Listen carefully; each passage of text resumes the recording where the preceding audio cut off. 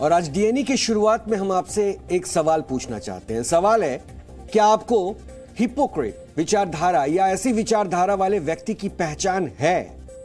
हम आपको दो विकल्प देते हैं। पहला विकल्प जातिवादी विचारधारा का विरोध करने वाले, और दूसरा विकल्प एससी एसटी के समर्थन के नाम पर सामान्य वर्ग का विरोध करने वाले।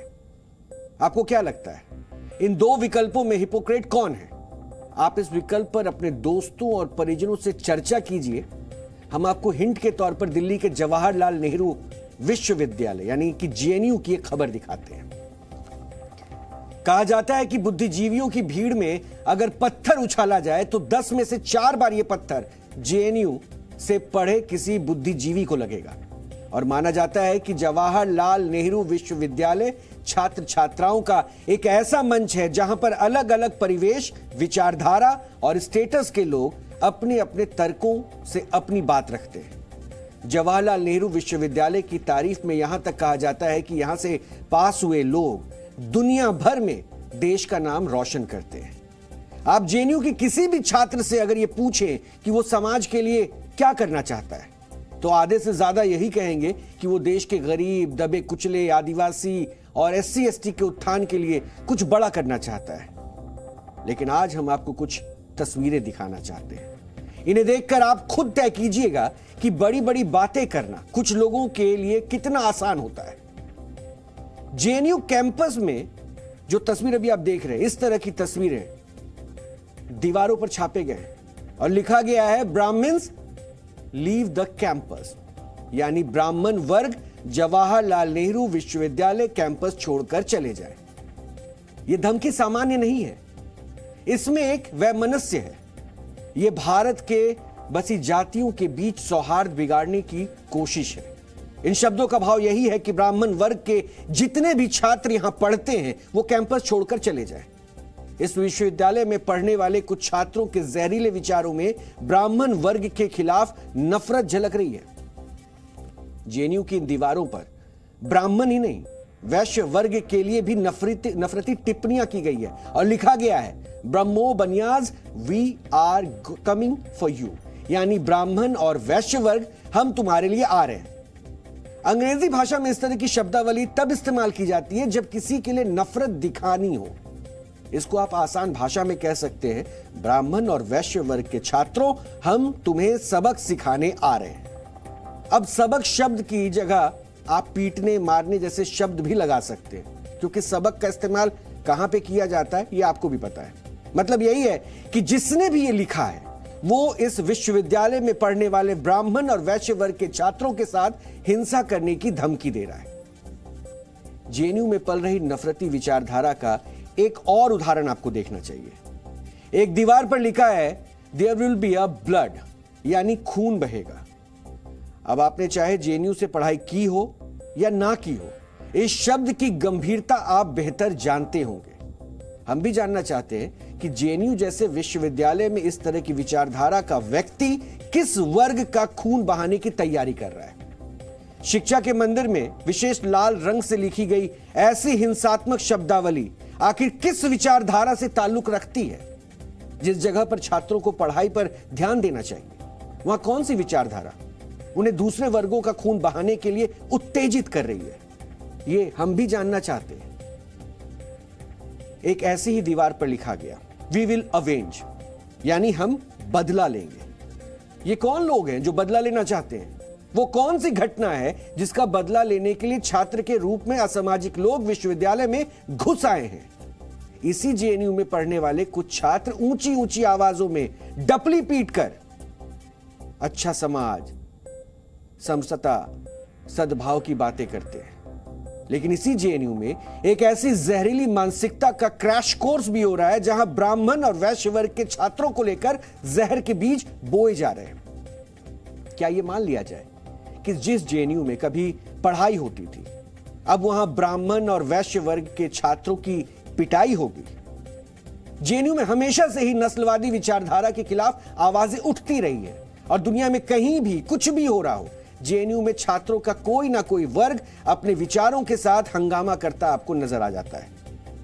अमेरिका में वर्ष 2020 में अश्वेत व्यक्ति जॉर्ज फ्लॉयड की मौत के बाद पूरी दुनिया में ब्लैक लाइव्स मैटर स्लोगन के साथ नस्लवादी विचारधारा का विरोध हुआ था और इस विरोध प्रदर्शन में जेएनयू के छात्रों ने भी मुहिम चलाई थी।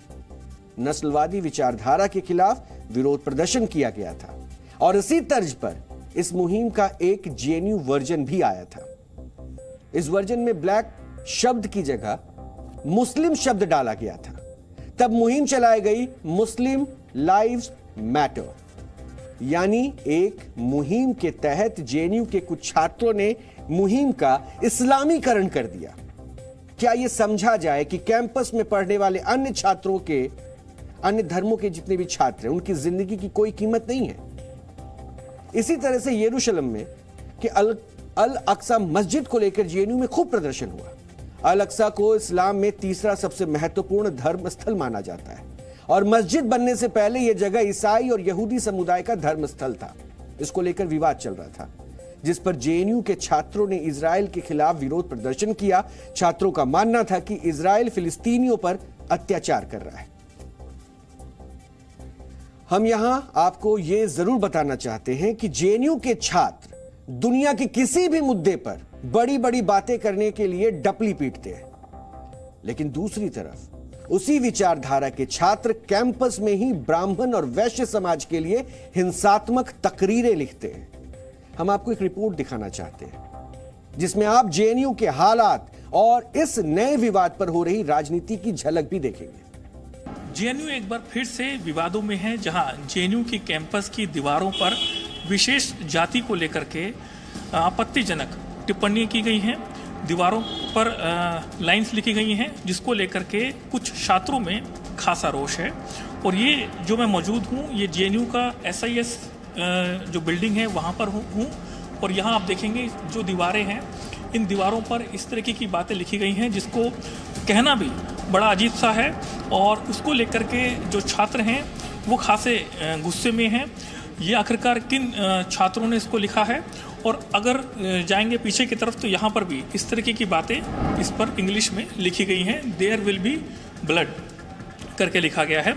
और इस पर बात करने के लिए हमारे साथ पे जो एबीवीपी के जेएनयू के प्रेसिडेंट हैं रोहित कुमार, इनसे बात करते हैं कि आखिरकार ये कौन लोग हैं जिन्होंने फिर से जेएनयू की दीवारों को गंदा करने की कोशिश की है और इन्होंने खासा रोष भी जताया है। इनसे बात करते हैं। अगर हम एक पैटर्न देखें तो पता चलता है कि चाहे वो इस हॉस्टल स्पेसेस हो, चाहे एकेडमिक स्पेसेस हो, चाहे प्रोफेसर के चैम्बर्स हों, चाहे वंदना दीदी का चैम्बर हो, वंदना जो जिनको इन्होंने 8 नवंबर 2019 को 4 दिन के लिए बंधक बनाया हो, चाहे प्रवेश सर का चैम्बर हो, चाहे फिर नलिनी महापात्रा सर का चैम्बर हो, चाहे राज यादव मैम का चैम्बर हो, उनके सामने ऐसी अभद्र टिप्पणियां करना, गालियां लिखना, और आप देख ही रहे हैं विशेषकर जाति सूचक शब्दों के माध्यम से जेएनयू के अलग अलग बिल्डिंग्स में लिखना, ये एक पैटर्न नज़र आता है जो कि 2014 के बाद 2017 में दिखा गया, उसके बाद सीए आंदोलन में दिखा गया, उसके बाद 2019 में दिखा गया। तो ऐसी चीज़ें लेफ्ट के छात्र जो कम्युनिस्ट हैं लगातार करते आ रहे हैं। उनका ही मानना है कि दीवारों को गंदा करो, दीवारों पे लिखो।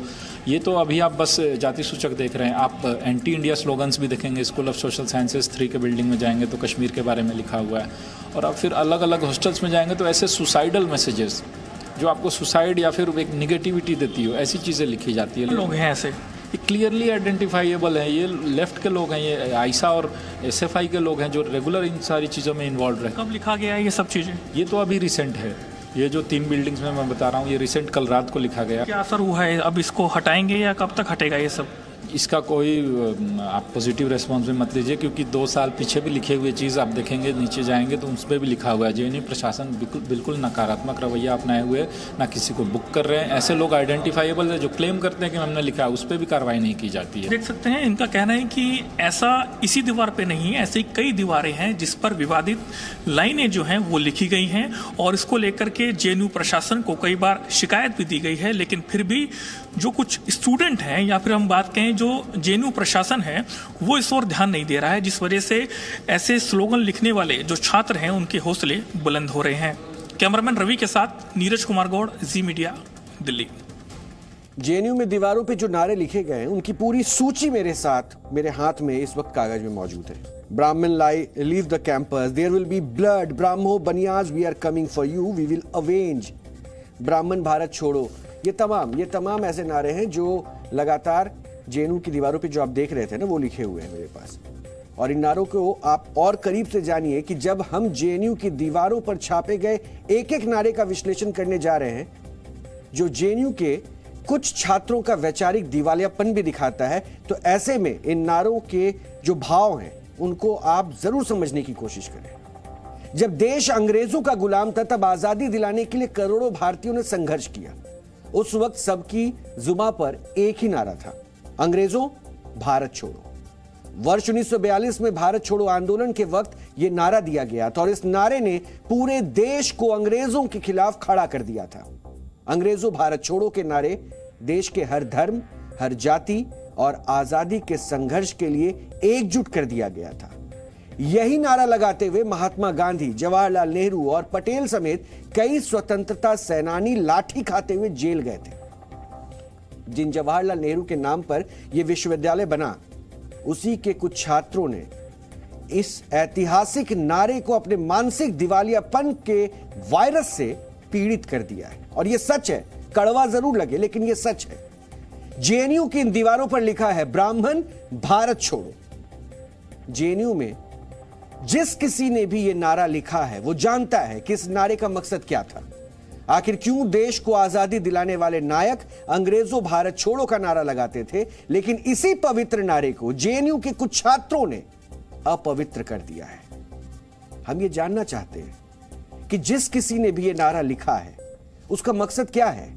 जिन छात्रों ने यह नारा लिखा है, क्या उनकी नफरत ब्राह्मण वर्ग से इतनी है कि वो उन्हें देश से निकाल देना चाहते हैं?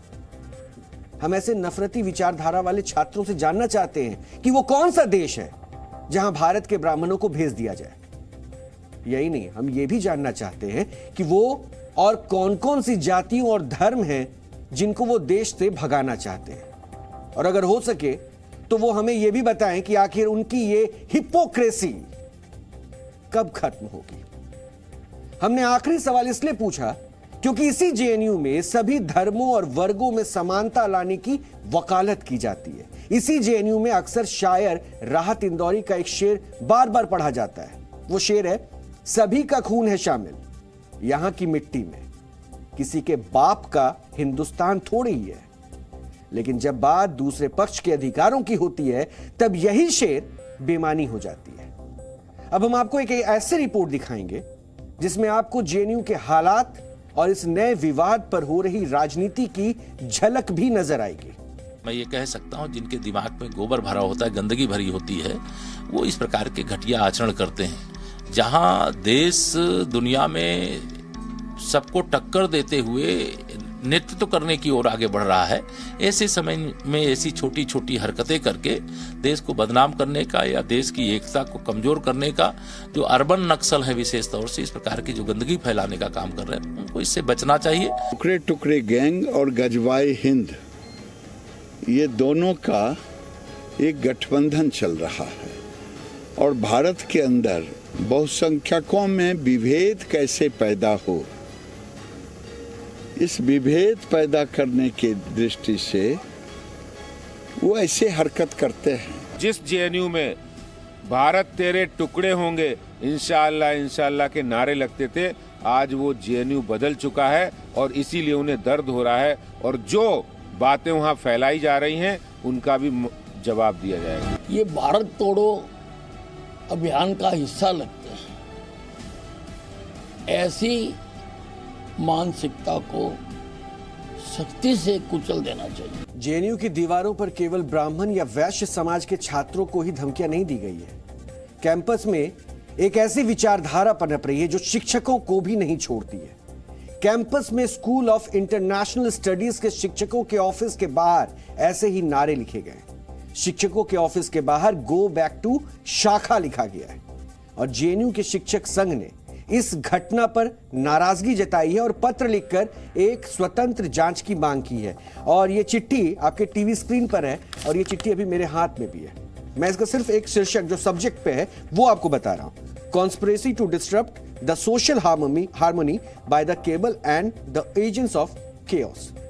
यह लाइन काफी है बताने को, लेकिन जेएनयू में हुई यह चिंताजनक घटना के बाद वाइस चांसलर शांतिश्री ने कैंपस का दौरा भी किया। वीसी ने आश्वासन दिया कि इस तरह की घटनाएं रोकी जाएंगी और इस तरह के विवाद खड़ा करने वाले छात्रों पर सख्त कार्रवाई होगी। हमने डीएनए में अपने इस विश्लेषण की शुरुआत में आपसे हिपोक्रेट की पहचान पर सवाल पूछा था, जिसमें हमने आपको 2 विकल्प भी दिए थे। पहला विकल्प था जातिवादी विचारधारा का विरोध करने वाले और दूसरा विकल्प था SC/ST के समर्थन के नाम पर सामान्य वर्ग का विरोध करने वाले। हमने कहा था आप चर्चा कीजिए। इन दोनों विकल्पों के जवाब का हिंट के तौर पर हमने आपको जेएनयू से आई जातिवादी विचारधारा से जुड़ी खबर भी दिखाई। यकीनन यह खबर देखकर आपने दूसरा विकल्प चुना होगा और वजह यह है कि इस प्रकार के लोग जो देश की SC/ST समाज का उत्थान नहीं बल्कि उनके नाम पर केवल सामान्य वर्ग का विरोध करते हैं, वही असली हिपोक्रेट है। ऐसे लोगों के विचारों से समाज को बचाना बहुत जरूरी है।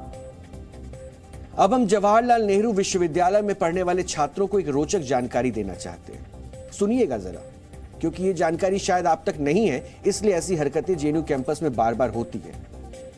वैसे तो आप बहुत ज्यादा अपने आप को बुद्धिजीवी के तौर पर प्रेजेंट करते हैं, पेश करते हैं, लेकिन इस जानकारी का अभाव दिखता है। जहरीली विचारधारा से ग्रसित छात्र ये जान ले कि जिस विश्वविद्यालय में वो पढ़ाई करते हुए ब्राह्मणों और वैश्य समाज पर अनर्गल टिप्पणी कर रहे हैं, वो विश्वविद्यालय पंडित जवाहरलाल नेहरू के नाम पर बनाया गया है। और पंडित जवाहरलाल नेहरू एक कश्मीरी पंडित थे, यानी ब्राह्मण थे। और जहर की खेती करने वाले इन छात्रों को एक और बात जानना चाहिए कि आजादी के आंदोलन में गढ़े गए अंग्रेजों भारत छोड़ो के नारे को जिन छात्रों ने ब्राह्मण भारत छोड़ो बना दिया है, उन्हें पता होना चाहिए कि आजादी के इस महासंघर्ष में उस वक्त की कम्युनिस्ट पार्टी ने हिस्सा नहीं लिया था। उनका तर्क था कि अगर अंग्रेजों के खिलाफ भारत में आंदोलन हुआ तो ब्रिटेन कमजोर होगा और द्वितीय विश्व युद्ध में सोवियत संघ की मदद नहीं कर पाएगा। सोवियत संघ का युद्ध उस वक्त जर्मनी से चल रहा था। अब चूंकि सोवियत संघ में कम्युनिस्ट राज है, इसलिए भारत की कम्युनिस्ट पार्टी ने अपने विदेशी कम्युनिस्ट साथियों की मदद के लिए अंग्रेजों के खिलाफ चल रहे भारत की आजादी के आंदोलन से किनारा कर लिया था। हम ये जानकारी इसलिए दे रहे हैं ताकि जिस विचारधारा से प्रेरित होकर छात्रों ने इस तरह के नारे लिखे हैं, वो उस विचारधारा की सच्चाई को भी समझ सके।